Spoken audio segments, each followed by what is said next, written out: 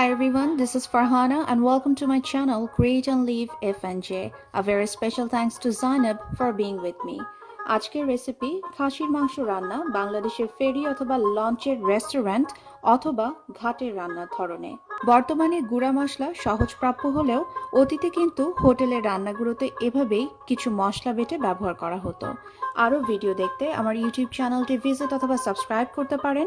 পরবর্তী video notification পেতে subscribe করবার পরে বেল চিহ্নটি ক্লিক করতে ভুলবেন না।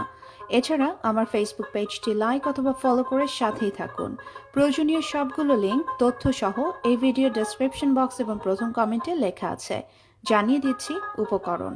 খাসির মাংস কারি টুকরা করা মাঝারি আকারের অর্ধেক কেজি, পেঁয়াজ মিহি কুচি 1 কাপের 4 ভাগের 3 ভাগ, ব্লেন্ডার অথবা শিলপাটার সাহায্যে মিশ্রণ তৈরি করে নেওয়ার জন্য আস্ত মশলার উপকরণ জিরা 1 চা চামচ, দারচিনি টুকরা 2টি প্রতিটি 2 ইঞ্চি লম্বা, লবঙ্গ 2টি, এলাচ 4টি, শুকনা মরিচ মাঝারি আকারের 3টি।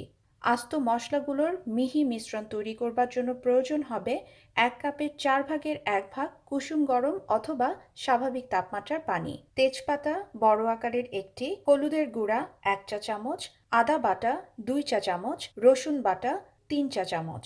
রান্নার সুবিধার্থে আমি সবগুলো উপকরণ একসাথে মিশিয়ে নেব। চুলার মাঝারি আঁচে তেল গরম করে নিয়েছি। এবারে এতে দিয়ে দেব পেঁয়াজ কুচি, ছিটিয়ে দেব লবণ। চুলার মাঝারি আঁচে পেঁয়াজগুলোকে বাদামি করে ভেজে নেব। 5 মিনিট পরে এবারে এতে দিয়ে দেব মশলার মিশ্রণ।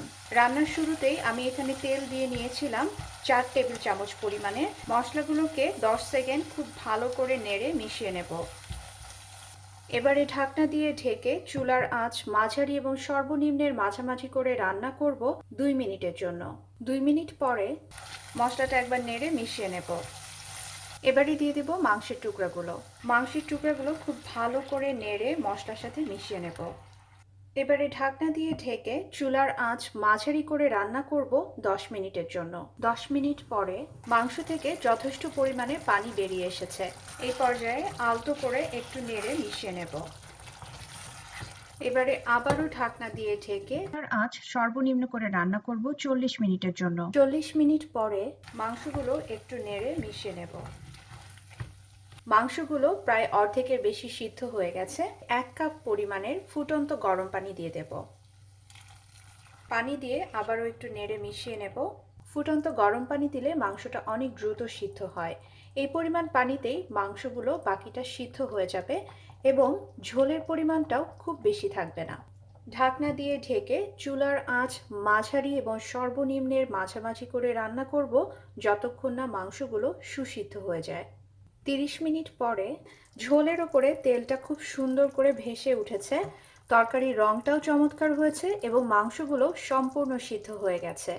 এই পর্যায়ে চুলার আঁচটা বন্ধ করে ঢাকনা দিয়ে ঢেকে চুলার ওপর থেকে সরিয়ে 10 মিনিট রেখে দেব। রেসিপিটা যদি আপনাদের ভালো লেগে থাকে তাহলে অবশ্যই তৈরি করবেন। সবাইকে নিয়ে একসাথে উপভোগ করবেন। সবাই ভালো থাকবেন, সুস্থ থাকবেন। আল্লাহ হাফেজ।